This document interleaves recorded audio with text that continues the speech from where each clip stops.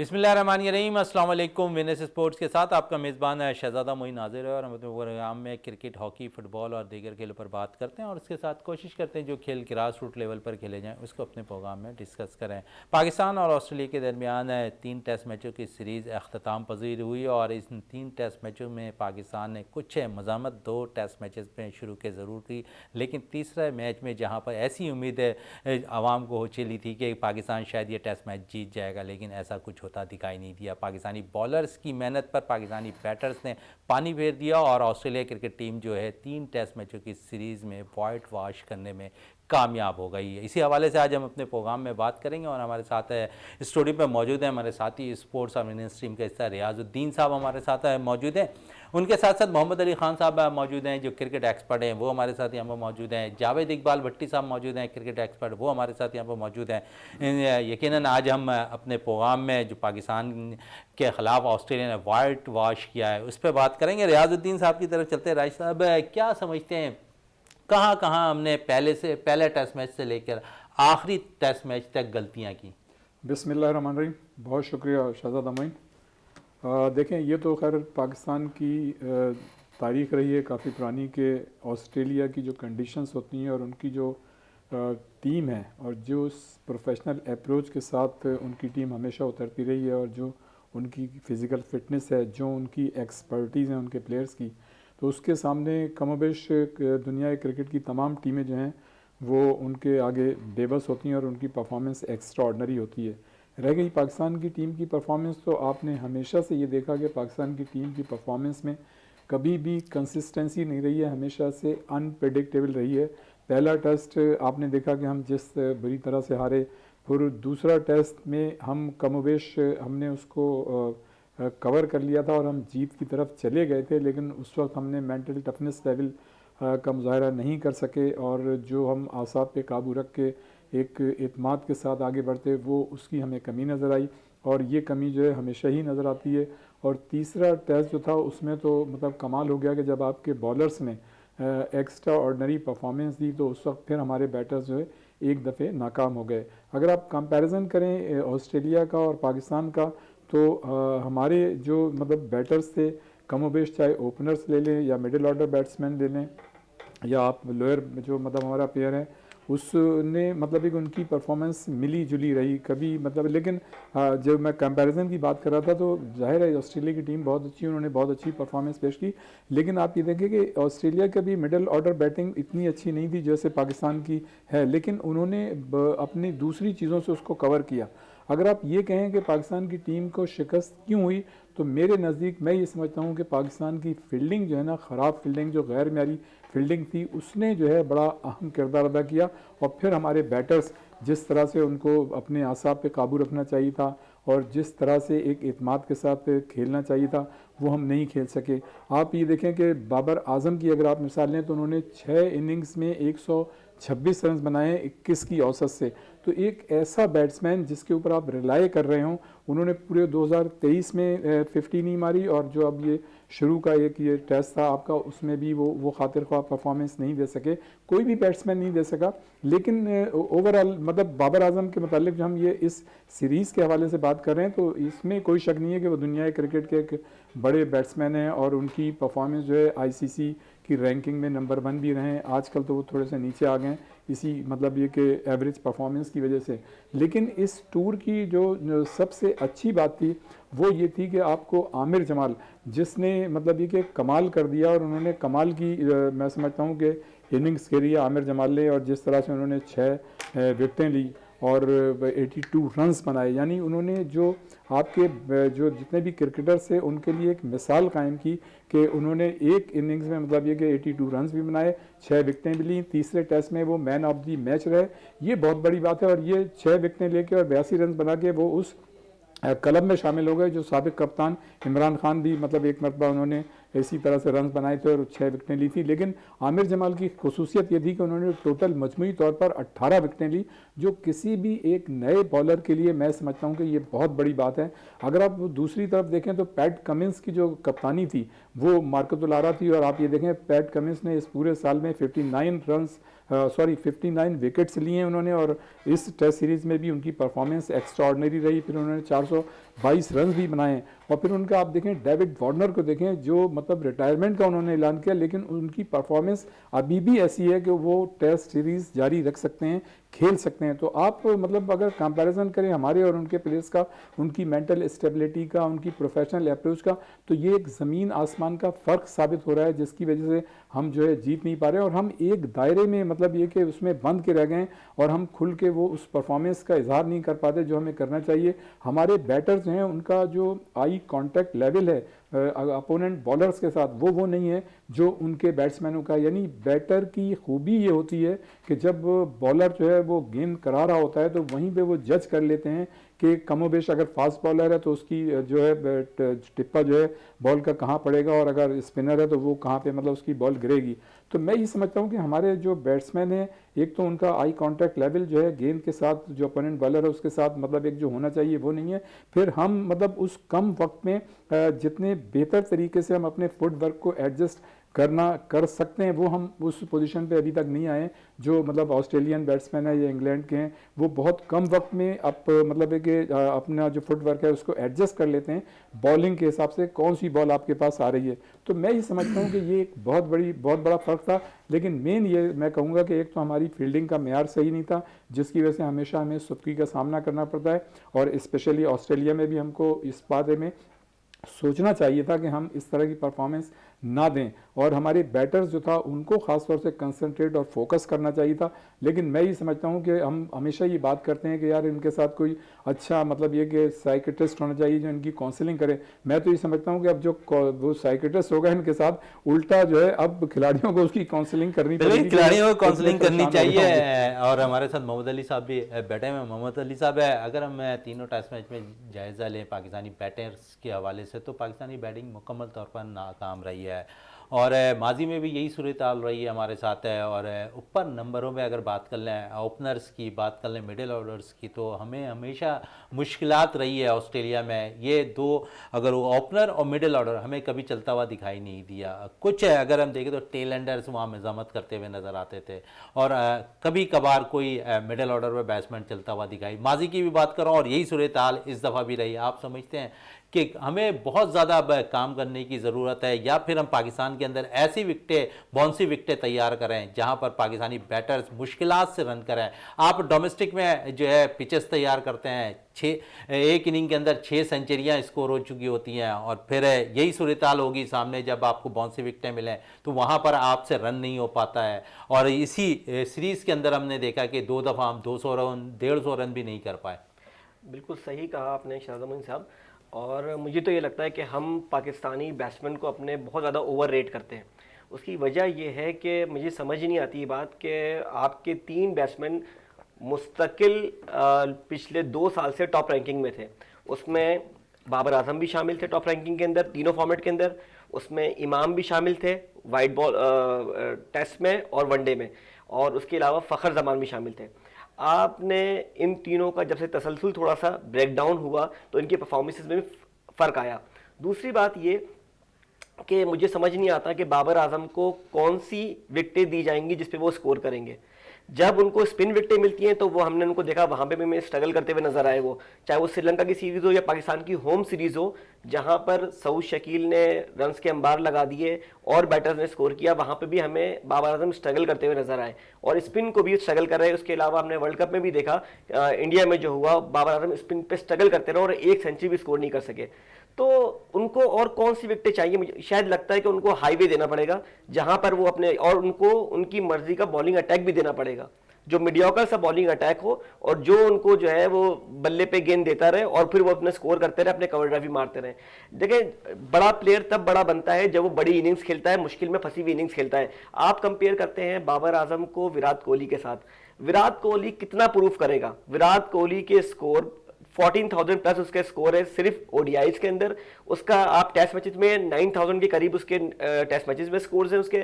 टी20 में उसका आप स्कोर देख लें तो इतने सारे इंटरनेशनल रन्स के बाद, इतनी सारी लॉन्ग परफॉर्मेंसेस के बाद आप उसको कंपेयर कैसे कर सकते हैं? कंपेयर की बात हो रही है तो अगर हम थोड़ी सी देख लें तो कोहली को मैंने देखा है कि मुश्किल औकात में, जब टीम मुश्किल में होती है तो वो लंबी इनिंग खेल जाते हैं, अपनी टीम को जीत के करीब ले आते हैं, जीत से हमकिनार कर देते हैं। लेकिन शायद बाबर ना ही जीत पाकिस्तान को दिला सकते हैं और ना ही अगर जीत से हमकिनार यही करा मैं बात सकते हैं। करना चाह रहा हूं कि देखें कि बड़ा प्लेयर तब बड़ा बनता है जब वो मुश्किल कंडीशंस में फंसी हुई इनिंग्स खेलता है। हमने देखा कि इंडिया के लिए विराट कोहली ने ऑस्ट्रेलिया के खिलाफ ऐसी विकेट पे जहां गेंद इतना बड़ा बड़ा टर्न हो रहा था वहां पर उन्होंने स्कोर किया, सेंचुरी करके दिखाई, अपनी टीम को फाइनल तक लेके गए। गो के वो फाइनल में कामयाब नहीं हो सके और इसी तरीके से हमने उनकी बहुत सारी इनिंग्स देखी है। बाबर आजम की कोई इनिंग आप ऐसी बताएं जहां उन्होंने बहुत टफ कंडीशंस के अंदर, जहां पे स्ट्राइक बॉल बहुत बड़ा स्विंग हो रहा हो, टर्न हो रहा हो, कि उन्होंने स्कोर करके दिखाया हो, या बहुत बाउंसी विकेट। अभी हमने देखा कि रियाज साहब बता रहे थे कि उन्होंने 126 रन स्कोर किए हैं 6 इनिंग्स के अंदर।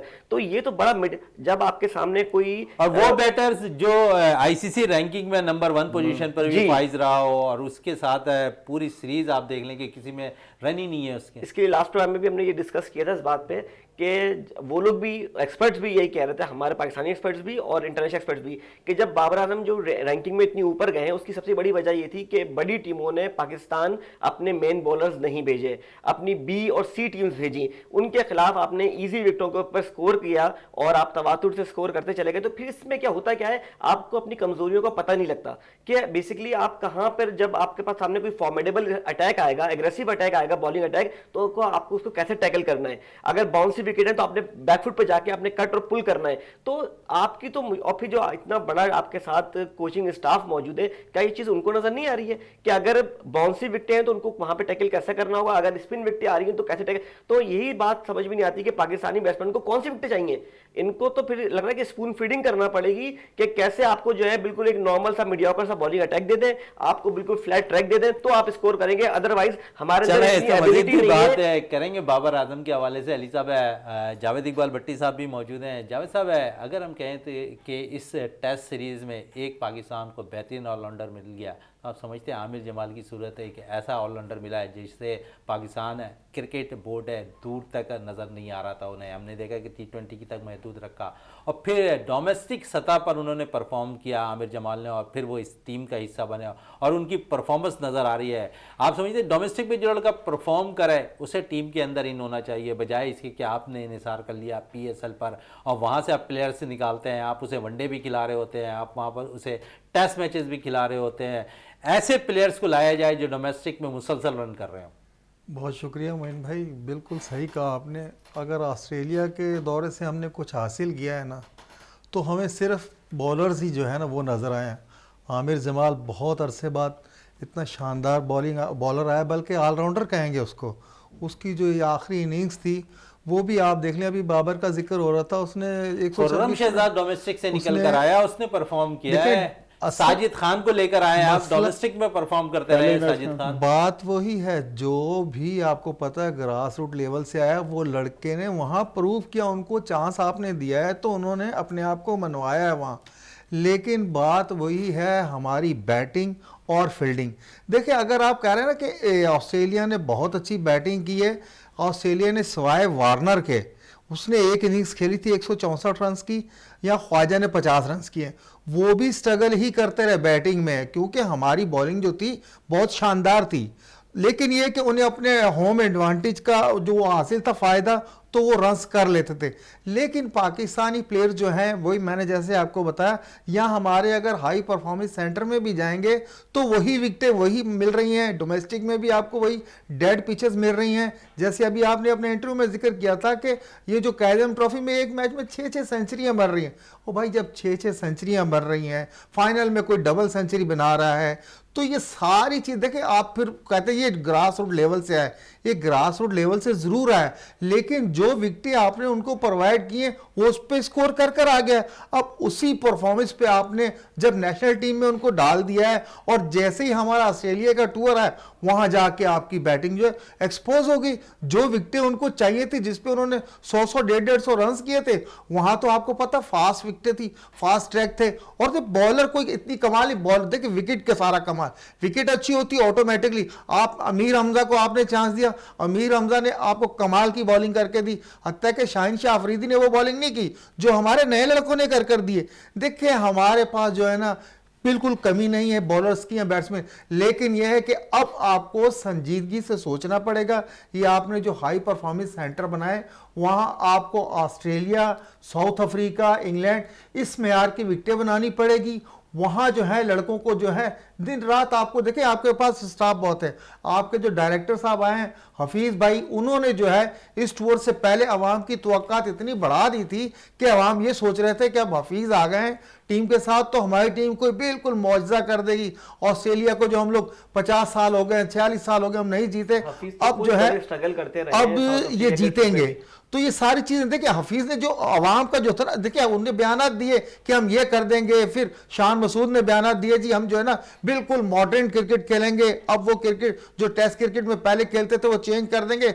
नो डाउट शान मसूद ने चेंज करने की भरपूर कोशिश की, उसने 250 किए, नजर आ रहा था वो रन्स करता हुआ नजर आ, लेकिन बात वहीं पे आती है जब आप इन पिचेस से जाकर ऑस्ट्रेलिया और साउथ अफ्रीका जैसी पिचेस पर खेलेंगे तो आपका ये रिजल्ट आएगा। आपके बैट्समैन वहां काम नहीं आएंगे, आपके जितने भी बड़े नाम ले लें, देखें अगर बड़े नाम, आपको सिर्फ बैटिंग में 2 बंदों ने आपको बैटिंग करके दी, या रिजवान ने बैटिंग करके दी, या नीचे आ जाए आमिर जमाल ने बैटिंग करके दी। अगर उसने इमामुल हक ने 63 रन किए थे तो समझ ही नहीं, 63 रन करने के बाद भी वो विकेट पे कभी भी उसका ठहराव नहीं आया कि अब मैं सेट हो गया अपने स्ट्रोक खेलूं। तो ये बैटिंग पिचेस जब तक आप पाकिस्तान में ये डेड पिचेस पे खिलाते रहेंगे आपको इंटरनेशनल मेयार के प्लेयर नहीं मिलेंगे। हाँ एशिया की सतह पे तो आपको प्लेयर्स मिल जाएंगे, लेकिन ये जो आपकी रिक्वायरमेंट है इंटरनेशनल क्रिकेट की वो नहीं मिल सकती। बात आप कह रहे हैं कि यकीन हमें फास्ट विकेट और फास्ट ट्रैक बनाना पड़ेगा। रियाजुद्दीन साहब है, जहां हम पाकिस्तान क्रिकेट टीम पर डिस्कस कर रहे हैं, उनकी सीरीज़ पे डिस्कस कर रहे हैं, थोड़ी सी बात है वार्नर के हवाले से भी कर रहे हैं, जहाँ पर पाकिस्तानी खिलाड़ियों ने उन्हें जो है तोहफा भी दिए लास्ट टेस्ट मैच खेलने पर, और कैरियर का आखिरी टेस्ट मैच वार्नर खेल रहे थे। कितनी खुशी होती है जब अपने आखिरी टेस्ट मैच में वो टीम है जिस जो पाकिस्तान कभी नंबर 1 भी रही चुकी है टेस्ट मैचेस के अंदर, उनके खिलाड़ी जो है अप्रिशिएट कर रहे हैं ऑस्ट्रेलियन प्लेयर्स को और जो अपना आखिरी टेस्ट मैच खेल रहा हो। जी बिल्कुल, मैं ये समझता हूँ कि किसी भी प्लेयर के लिए जो रिटायरमेंट का ऐलान कर देता है, एक तो मतलब जब उसको जेस्टर मिलता है मुख्तलिफ़ टीमों की जानिब से या अपने मुल्क की जानिब से, तो वो ज़ाहिर है खुशी का लम्हा होता है। हर प्लेयर इंसान जो है वो एक्सपेक्ट कर रहा होता है कि उसको जो है मतलब उसके एजाज़ में कोई तकरीब हो या उसको जो उसकी पजीराई हो, लोग उसको अप्रिशिएट करें। लेकिन उससे ज़्यादा मैं ये समझता हूँ किसी भी प्लेयर के लिए खुशी की बात ये होती है, इवन आप रिटायरमेंट का ऐलान कर दें, आप आखिरी मैच खेल रहे हो, लेकिन उसके बावजूद आप एक्स्ट्रा ऑर्डनरी परफॉर्मेंस दें, तो मैं ये समझता हूँ कि ये सारी ज़िंदगी के लिए एक बहुत बड़ा एजाज़ होता है किसी भी प्लेयर के लिए। और ये वो प्लेयर हैं, देखें ये जो है कोई ऐसे ही फ्लूक में नहीं आ जाते या कोई सिफारिश पे नहीं आ जाते। इन्होंने मतलब वो कहते हैं ना, एक लफ्ज़ अगर मैं इस्तेमाल करूँ जो होता है इस्तेमाल के, रगड़ा खा के आते हैं। बहुत ज़्यादा मतलब ये कि मेहनत करने के बाद आते हैं और बड़ी क्रिकेट खेली हुई होती है, इनका एक्सपोजर बहुत ज़्यादा होता है। रियाज भाई एक मेरा सवाल ऐड कर लें, होते हैं आपके तबसरे मेरा सवाल ऐड कर लें। जैसे ये वार्नर का लास्ट टेस्ट था, रिटायरमेंट का ऐलान कर रहा है, आप ऑस्ट्रेलिया की बैटिंग परफॉर्मेंस देखें और सिर्फ वार्नर की परफॉर्मेंस देखें, आया आपकी क्या राय है कि रिटायरमेंट लेना चाहिए वार्नर? देखिए मैंने तो पहले ही अपने पहले वाले स्पेल में ये कहा था कि जो ऑस्ट्रेलियन की जो मिडिल ऑर्डर बैटिंग थी वो भी मतलब हमारी तरह की उसकी एवरेज परफॉर्मेंस थी, वो भी स्ट्रगल कर रहे थे, जैसे अली भाई ने भी कहा। तो मिडिल ऑर्डर उनकी भी हमारी नहीं थी, अच्छी भी नहीं थी, और ख़ुद आपने अभी वाजे कर दिया कि उनके 2 ही बैट्समैन जो हैं वो चल सकें, एक वार्नर चलें और एक ख्वाजा चलें। उनके साथ मिच मार्श ने बहुत अच्छी बैटिंग करी। हाँ, मिच मार्श ने वो जैसे आमिर जमाल ने एक इनिंग्स खेल दी, इस तरीके का वो बैट्समैन है, वो इनिंग्स खेल जाता है। और जावेद साहब मैं ये कहूँ कि वार्नर ने जिस तरह से अपने आखिरी मतलब ये कि कैरियर के टेस्ट में जो एक्स्ट्रा ऑर्डनरी परफॉर्मेंस दिए, वो ये ना सिर्फ मतलब उनके लिए एक बहुत बड़ा सरमाया है, बल्कि उनके क्रिकेट बोर्ड के लिए, उनके साथियों के लिए भी, उनकी फैमिली के लिए भी। तो ये एक बहुत अच्छी चीज़ होती है। और बहुत से ऐसे प्लेयर्स आपने देखे होंगे जो अपना आखिरी अगर मैच खेल रहे हो, कुछ हैं जैसे अजहर थे, हालांकि अजहर की परफॉर्मेंस अजहर की बहुत अच्छी थी, लेकिन जब वो आखिरी उन्होंने खेला तो वो परफॉर्मेंस नहीं दे सके जो कि उन्हें देनी चाहिए थी। तो ये मतलब खैर प्लेयर्स के साथ चलता है, लेकिन ये खुशकिस्मती है मैं समझता हूँ वार्नर की कि आखिरी मैच की आखिरी इनिंग्स में भी 57 रन बना के गए। तो इससे तो बड़ी, और ये चीज़ जो है इस बात की गम्माजी मतलब करती है कि उनके जितने भी प्लेयर्स हैं, चाहे बाहर आप किसी को तो गए, जनूबी अफ्रीका, इंग्लैंड, उनके ज़्यादातर प्लेयर, हर एक की नहीं, हर एक के साथ ये नहीं होता, लेकिन परसेंटेज की मैं बात कर रहा हूँ कि ऑस्ट्रेलिया की परफॉर्मेंस भी इंटरनेशनली उसमें कंसिस्टेंसी नज़र आएगी, उनके ज़्यादातर प्लेयर्स की परफॉर्मेंस में भी पॉजिटिव कंसिस्टेंसी नज़र आएगी। और वही उसी का रिफ्लेक्शन जो आपने सवाल किया था जावेद भाई के, वार्नर जो है मतलब वो खुशकिस्मत भी है और उसकी परफॉर्मेंस भी एक्स्ट्राऑर्डिनरी थी कि उसने आखिरी टेस्ट में, आखिरी इनिंग्स में भी अपने परफॉर्मेंस बेहतर बनाई। तो इससे ये जाहिर होता है कि टेस्ट मैच जिता कर गया। हाँ, और उसका टेस्ट जिता के गया। और इसका मतलब ये है कि उनका जो सिस्टम है, चाहे वो ग्रास रूट लेवल से ऊपर तो हो या उनकी जो लॉन्ग टर्म प्लानिंग है, ये जो शॉर्ट टर्म प्लानिंग है, वो हमें ग्राउंड के अंदर एग्जीक्यूट होती हुई नजर आती है। तो ये जो है एक बहुत बड़ी बात है। जबकि हम जो है ना, हमारी जो प्लानिंग है, पता नहीं हमारी लॉन्ग टर्म प्लानिंग है, शॉर्ट टर्म प्लानिंग है हमारी, तो हम तो ये देखते हैं वो एक तो कंसिस्टेंसी नहीं है और हम सारी चीज़ें एडॉप्ट पे करते हैं। अब आप ये देखें ना कि जब हम वर्ल्ड कप हार के आए, इस वक्त 17 का स्टाफ गया था टीम के साथ, डायरेक्टर भी चेंज हो गया, मैनेजर भी चेंज हो गया, कोच भी चेंज हो गया। अच्छा, वो सारे के सारे अभी जॉब पे हैं, वो पे तनख्वाह ले रहे हैं, आपने पूरा एक नया स्टाफ बना दिया और वहां से आप वाइट वॉश जो है शिकस्त खा के आ गए। तो ये जो आपने ऑफिशियल चेंज किए, तो इसका मतलब ये कि हमारे निज़ाम में खराबी है, हमारे सिस्टम में खराबी है कि इतने सारे आपने चेहरे बदल दिए, लेकिन आपकी शिकस्त जो है वो और उसमें इजाफा हो गया परसेंटेज में कि आप सीरीज हार जाते, 2-1 से हार जाते, 2-0 से हार जाते। तो रियाज भाई बात वही आ गई, चेहरे नहीं, निजाम को बदलेंगे। जावेद इकबाल भट्टी साहब इस वक्त ब्रेक के लिए कहा जा रहा है, ब्रेक से वापस आते हैं तो गुफ्तगू को मज़ीद जारी रखते हैं।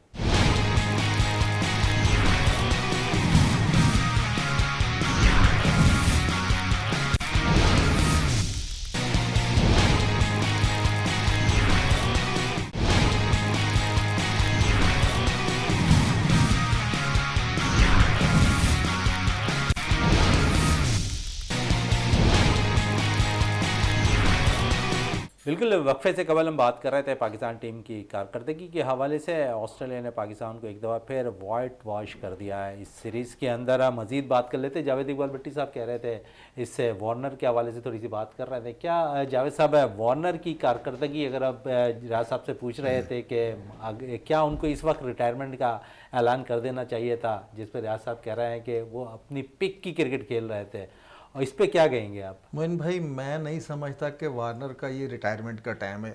देखें, आपने थ्रू आउट पूरी सीरीज़ देखी है, वार्नर ने जो परफॉर्मेंस दी है, उनके किसी भी बैट्समैन ने वो परफॉर्मेंस नहीं जो वार्नर ने दी है। तनहा वो जो है मैच निकाल के ले जाने वाला प्लेयर है।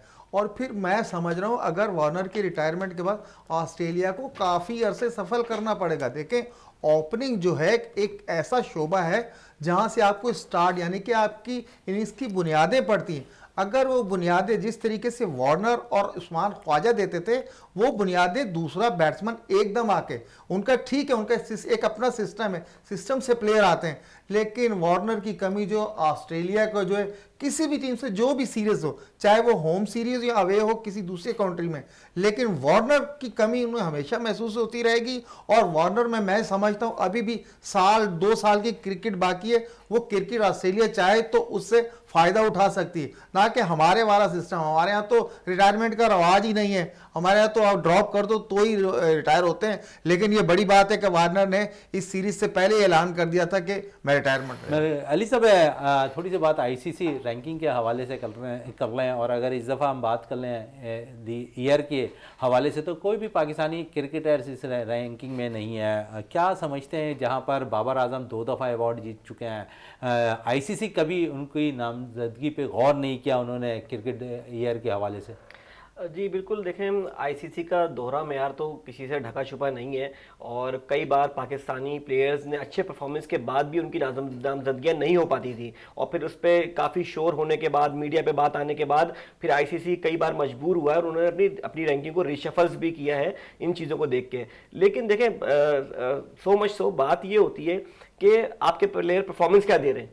जब आप परफॉर्मेंस देंगे, मुश्किल कंडीशन में परफॉर्मेंस देंगे, तो ऑटोमेटिकली आपकी रैंकिंग अप होती है। ऐसा नहीं होता कि आप कंटिन्यूसली परफॉर्म कर रहे हो, कंसिस्टेंसी के साथ परफॉर्म कर रहे हो और आपकी रैंकिंग इंप्रूव ना हो रही हो। अभी आप देखें 57 रैंकिंग पॉइंट्स इंक्रीज करके जो है वो पहुंचे हैं आमिर जमाल, जिन्होंने 18 विकेटें भी ली सीरीज में और अच्छा इन्होंने स्कोर भी किया, 250 भी की इन्होंने और अच्छी उनका कट ऑफ पुल बहुत अच्छा है, इन्होंने 82 भी किया, 55 स्कोर भी किया। तो जो परफॉर्म करता है तो ऐसा नहीं है कि वो बिल्कुल ऑल टुगेदर डिफरेंट हो जाता है। और मैं बात करता चलूं कि आपने जो 3 शिकस्त की बात की थी उसमें एक बड़ी वजह यह भी थी कि जहां पर पाकिस्तान सेकंड टेस्ट मैच जीतने के लिए जा रहा था और वहां पे आपने आउट देखा रिजवान का, जब रिजवान 88 पे बैटिंग कर रहे थे और उनके ग्लव्स पे बॉल जो है उनके रिस्ट बैंड पे बॉल लग के जो है वो गया और उसको आउट, बड़ा कंट्रोवर्शियल उन्होंने आउट दिया। और दूसरे टेस्ट ऐसे वाकयात तो हो जाते हैं क्रिकेट के, देखिए वाकयात अगर फील्ड एम्पायर आउट दे दे, बात समझ में आती। जब थर्ड एम्पायर के पास सारी टेक्नोलॉजी मौजूद है,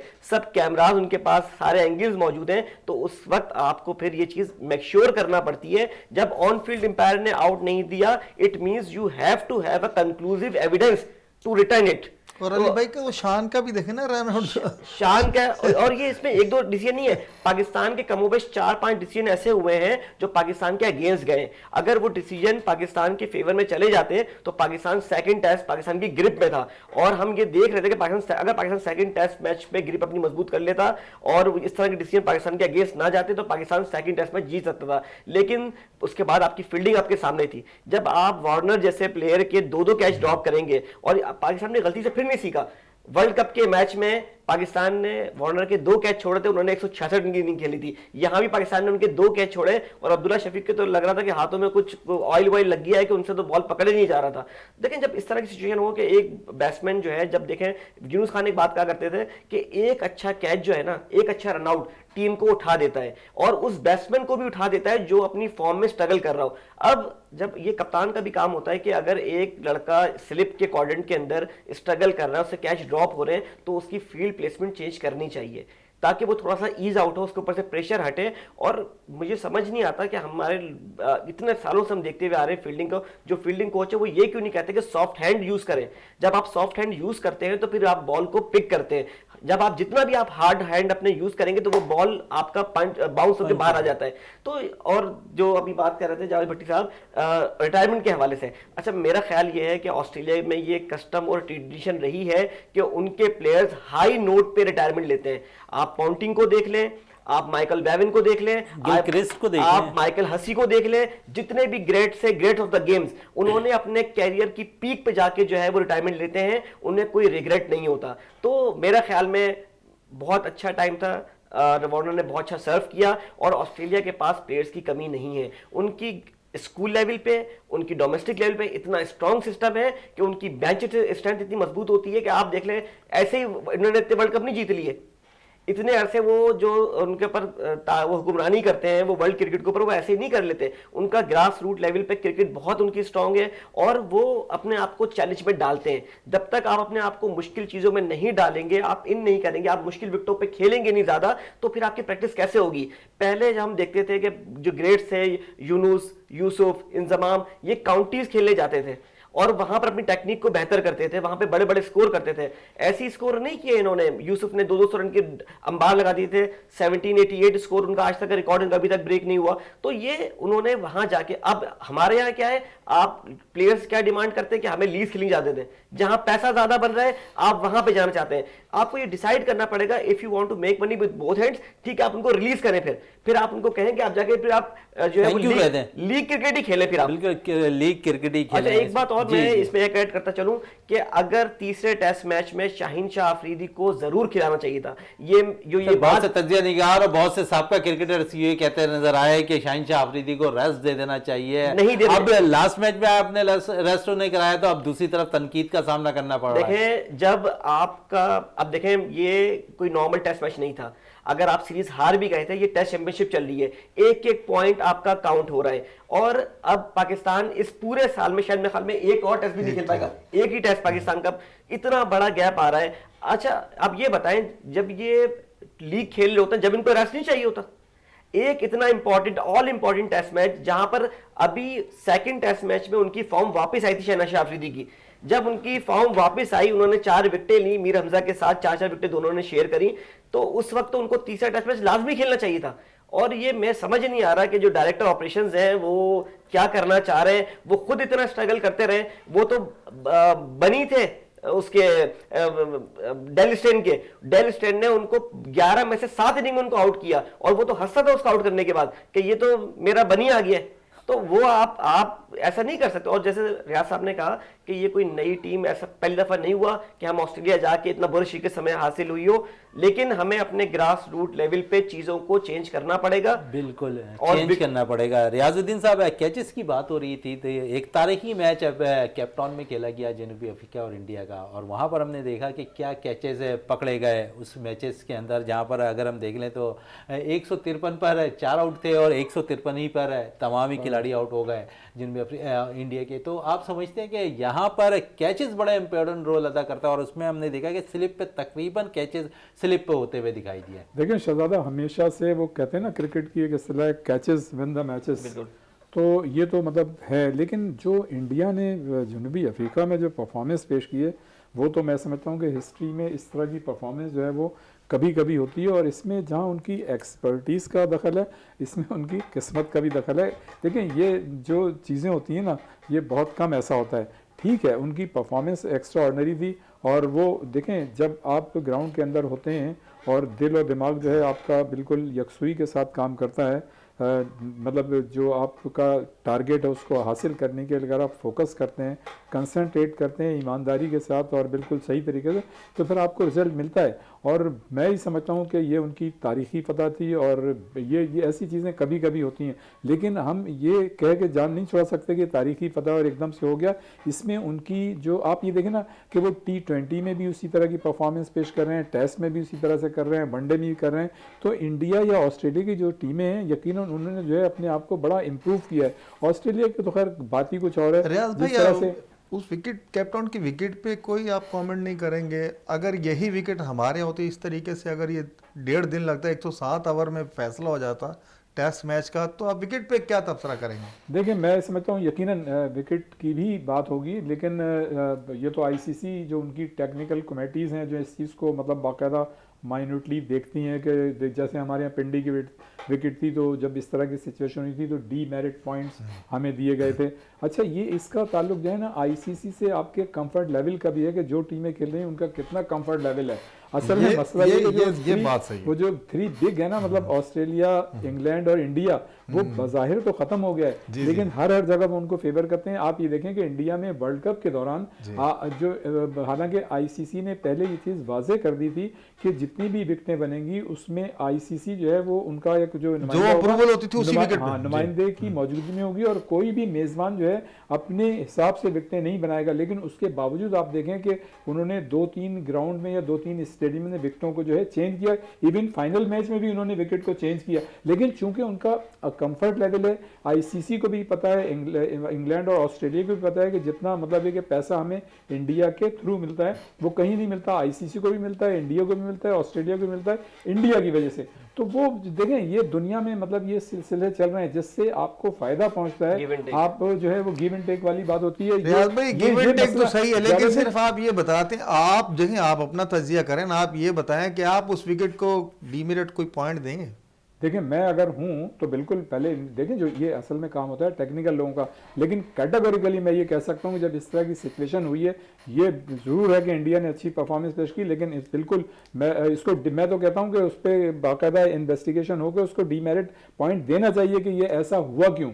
लेकिन पता है कि ये सारी चीज़ें ऐसी चलती रहेंगी। आईसीसी का उनसे कंफर्ट लेवल है, और मैं नहीं समझता कि इंडिया के खिलाफ जितना बड़ा जो टेस्ट जीता है उनके खिलाफ कोई ऐसी बात होगी। और दुनिया में ये सारी चीज़ें चल रही हैं, सिर्फ स्पोर्ट्स में नहीं है, हर जगह पे चल रही हैं। लेकिन हमें जो है अपने आप को मजबूत करना होगा, हमें उनसे सबक सीखना होगा। लेकिन बदकिस्मती ये है कि जो चीज़ें हमें सीखनी चाहिए वो हम नहीं सीख रहे हैं, और उसकी एक बड़ी वजह शहजादा ये है कि देखें अभी जो बात हो रही थी ना कि वार्नर ने पीक पे था और उसने जो है रिटायरमेंट का ऐलान कर दिया, तो उनका कल्चर ऐसा है, वहाँ पे इखलाकी जुर्रत का मुजाहरा करने का एक बाकायदा माहौल है। हमारे यहाँ तो इखलाकी जुर्रत का मुजाहरा कर ही नहीं कर पाते हैं, और हमारे यहाँ जब तक कोई लाद ना मारे, सॉरी टू से विद ऑल ड्यू रिस्पेक्ट, सबके लिए नहीं बल्कि कुछ प्लेयर्स के लिए, जब तक मतलब वो खुद बुरी परफॉर्मेंस दे के लोगों के जरिए जो है निशाना नहीं बनते, उस वक्त तक वो जाने की कोशिश नहीं करते। तो मैं ये समझता हूँ ये इखलाकी जुर्रत का मुजाहरा जो एक कल्चर है ना उनका, वो उसकी वजह, ये सिर्फ वहाँ नहीं है, इंग्लैंड में भी है और दूसरे जो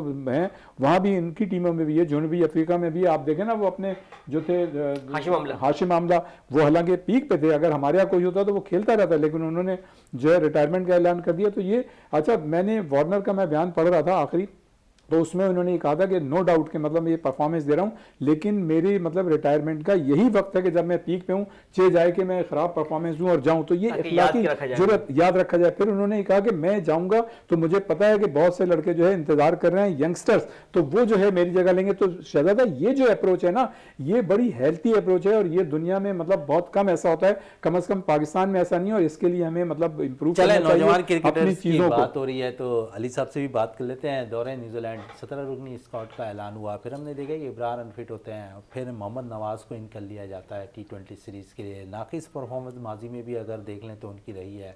आप समझते हैं उनका इंतखाब सही हुआ? जो ये कह रहे थे कि पिक का दौर होता है तो यकीनन लंबे अरसे तक खेलते हैं, लेकिन उस वक्त भी वो क्रिकेटर रिटायरमेंट देने को तरजीह दे रहा होता है दीगर ममालिक में, लेकिन हमारे मुल्क के अंदर ऐसा नहीं है। हमारे मुल्क के अंदर ऐसा है कि अभी नाकिस परफॉर्मेंस मोहम्मद नवाज़ की रही है, लेकिन फिर भी वो टीम के साथ मुंसलिक हो गए।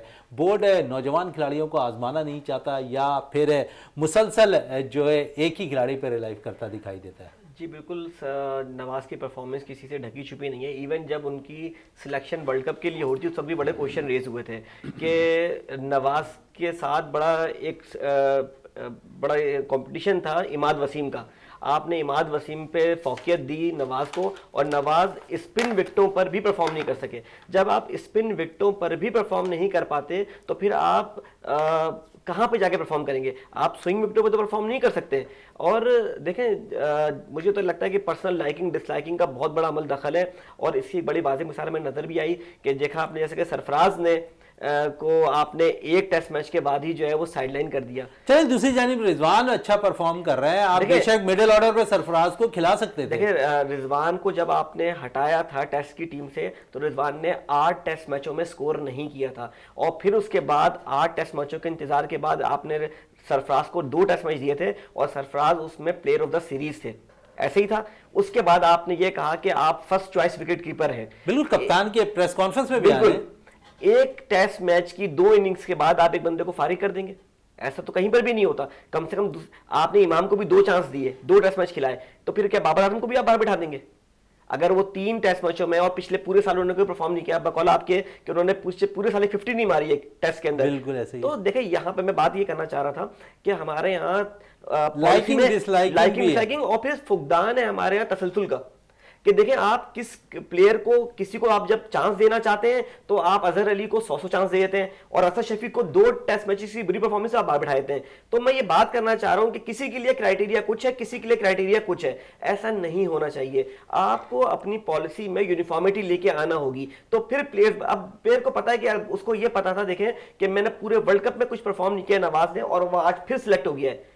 क्या और स्पिनर्स नहीं है? नौजवान स्पिनर्स की अगर बात कर लें, फात मिनाज एक लड़का बड़ा जबरदस्त निकल कर आया है, सुफियान मुकीम बड़ा जबरदस्त निकल कर आया है। आप इतने यंगस्टर को आपने मौका फराहम किया, 2 प्लेयर में से 1 प्लेयर को आप नवाज की जगह सेलेक्ट कर लेते हैं, टीम बेशक हार जाती है लेकिन आपको तजुर्बा पता चल जाता है क्योंकि आपने वर्ल्ड कप खेलना है। जब तक आप नए लड़कों को ट्राई नहीं करेंगे, अब आप ये बताएं, अगर आज हम टेस्ट सीरीज के अंदर आमिर जमाल को चांस नहीं देते तो क्या हमें पता उसका पोटेंशियल पता चल पाता? नहीं पता चल पाता। तो देखें, जब आपको नए प्लेयर्स को चांस देना पड़ेगा, और ऐसा नहीं होता कि आप एब्रप्टली जो है वो नए प्लेयर को इंडक्ट कर दें। इसका तरीका ये होता है कि पूरी सेट टीम के साथ आप 1-2 करके नए प्लेयर इंट्रोड्यूस कराते रहते हैं और अपनी बेंच स्ट्रेंथ को मजबूत करते हैं। दुनिया भर में यही तरीका फॉलो किया जाता है, लेकिन हमारे यहाँ एकदम से जो है टीम सेटल प्लेयर को बाहर कर दिया जाता है और अनसेटल प्लेयर को कप्तान बना के वापस ले आया जाता है।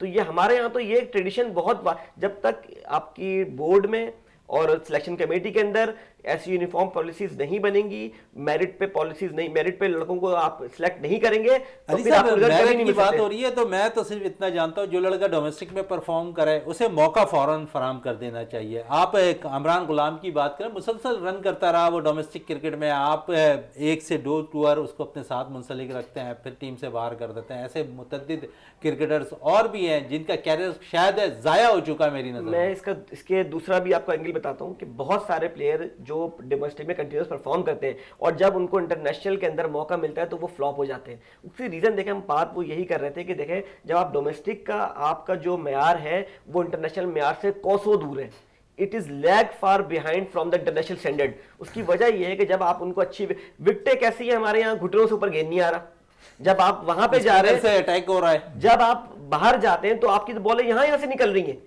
एक मीडियोकर सा बॉलर भी 30-35 की 130-35 की स्पीड वाला बॉलर भी वो आपको तंग कर देता है। तो फिर मैं वही कहता हूं कि फिर आपको कौन सा बॉलिंग अटैक ला के दें जिस पे आप स्कोर करेंगे, कौन सी विकेटें ला के दें इस पे आप स्कोर करेंगे। जब तक आप हेल्दियर कॉम्पिटिटिव आप विकेटें नहीं बनाएंगे डोमेस्टिक की, अपना डोमेस्टिक का म्यार आप ऊंचा नहीं करेंगे, ग्राउंड ज्यादा नहीं बनेंगे। हमारे यहाँ कितने ग्राउंड्स हैं, हमारे तो ग्राउंड ही नहीं है। आप अगर इंडिया की बात करें तो इनके पास 90+ ग्राउंड है।